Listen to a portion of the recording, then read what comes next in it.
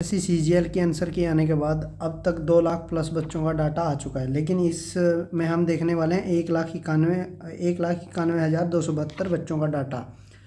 तो इससे आप अंदाज़ा लगा सकते हैं कि कौन सी शिफ्ट टफ थी और कौन सी इजी थी, क्योंकि पहले तो जो हमारे पास डाटा था वो किसी के पास 5,000 बच्चों का था, किसी के पास 8,000 बच्चों का था। उससे हम अंदाज़ा नहीं लगा पा रहे थे कि कौन सी टफेस्ट थी शिफ्ट थी और कौन सी ईजिएस्ट शिफ्ट थी। लेकिन अभी हम इससे हम अंदाज़ा लगा सकते हैं कि कौन सी इजी थी और कौन सी टफ थी। तो पहले हम देखते हैं कि 180 प्लस 7 बच्चों के मार्क्स आए हैं।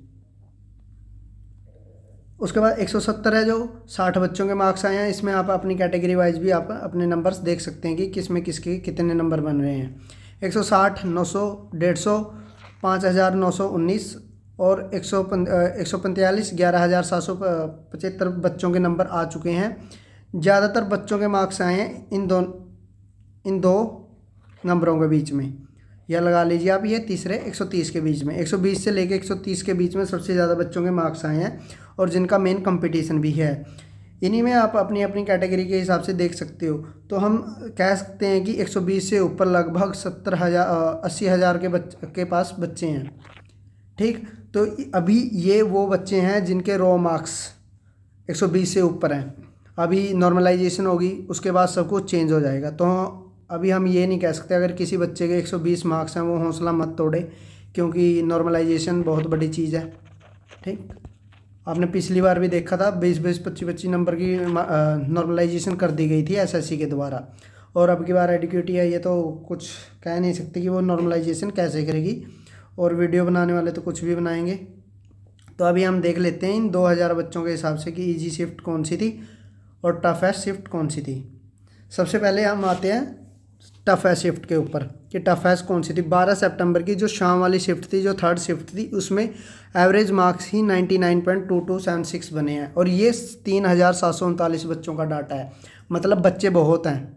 ठीक, अब हम ये भी नहीं कह सकते कि बच्चे कम हैं ज़्यादा है। पहले से ही बताया जा रहा था कि ये वाली शिफ्ट है जो यही टफ होने वाली है।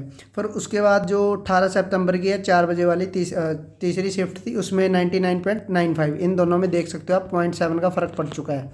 तो आप अंदाज़ा लगा सकते हो पहली और दूसरी शिफ्ट में ही अगर 0.7 का पड़ रहा है तो फर्स्ट और लास्ट वाली में कितना ही पड़ेगा। 46 शिफ्ट थी। ठीक, फिर उसके बाद 15 सितंबर की थर्ड शिफ्ट है। आप देख पा रहे हो पहली जो हार्डेस्ट शिफ्ट है वो शाम वाली ही रही हैं।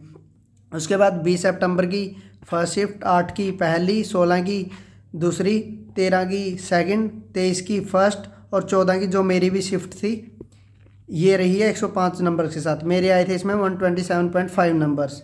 ठीक है, इसमें 2 क्वेश्चन के मेरे आंसर चेंज किए गए हैं, पता नहीं कैसे उन्होंने किया है ये, वरना मेरे 132.5 नंबर बनने वाले थे। अब इन्होंने पता नहीं क्या किया है, समझ में नहीं आ रहा। 13 सितंबर 2025 को जो 4 PM वाली थर्ड शिफ्ट, उसके थे 105। अब पहली 10 शिफ्टों के अंदर ही आप मार्क्स का अंतर देख सकते हो, लगभग 6 नंबर का फासला उन्होंने डाल दिया है। ठीक, फिर उसके बाद ईजीएस शिफ्ट की बात कर लेते हैं। ईजीएस शिफ्ट बताई जा रही है 14 अक्टूबर को बच्चों का रीशेड्यूल हुआ था एग्ज़ाम, उनकी 127 मार्क्स बताए जा रहे हैं और इसमें 4,317 बच्चे हैं। तो जो बच्चे पहले कह रहे थे कि नहीं हमारी बहुत टफ शिफ्ट थी 14 अक्टूबर की, तो भाई इन मार्क्स के हिसाब से तो नहीं लग रहा है कि आपकी शिफ्ट टफ थी। तो आपकी ईजीएस शिफ्ट ही है, क्योंकि इसमें एवरेज स्कोर ही 127.85 बन रहा है। उसके बाद फिर जो सेकंड ईजीएस थी 23 सितंबर की सेकंड शिफ्ट थी 119 मार्क्स के साथ, और लास्ट में वाली में और इसमें आप देख सकते हो 8 नंबर का फासला है। तो अब कैसे 14 अक्टूबर वाले बच्चे ये कह सकते हैं कि उनकी शिफ्ट टफ थी।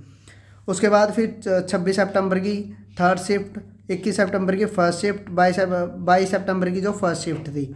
ठीक, ये हमारी जो टॉप 5 हैं जो ईजीएस शिफ्ट हैं। और अब यहाँ से आप अंदाज़ा लगा सकते हो 99 और अपना 127। अब आप अंदाज़ा लगा लीजिए 28 नंबर का फासला पड़ रहा है 46 शिफ्ट के अंदर। अब आप नॉर्मलाइजेशन किस हिसाब से करेंगे वो इस पर डिपेंड करेगा। फिर उसके हिसाब से जो ये वाले रैंक हैं ऊपर नीचे होंगे। किसी के जो ये 180 वाले हैं पता नहीं कैसे हैं भाई। अगर ये टफेस्ट शिफ्ट वाले हैं तो कुछ नहीं कह सकते, अगर ईजीएस्ट शिफ्ट वाले हैं तो भी मानना थोड़ा मुश्किल है कि 180 नंबर वो स्कोर कर गए।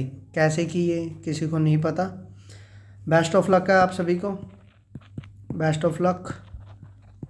काम रहिए, ईजी रहिए और वेट करिए अपने रिज़ल्ट का। एनटीपीसी का सीबीटी का स्कोर बता दीजिएगा आप, अगर किसी ने दिया हो तो कितने कितने नंबर्स बने हुए हैं सीबीटी 2 के अंदर। चलिए, थैंक यू।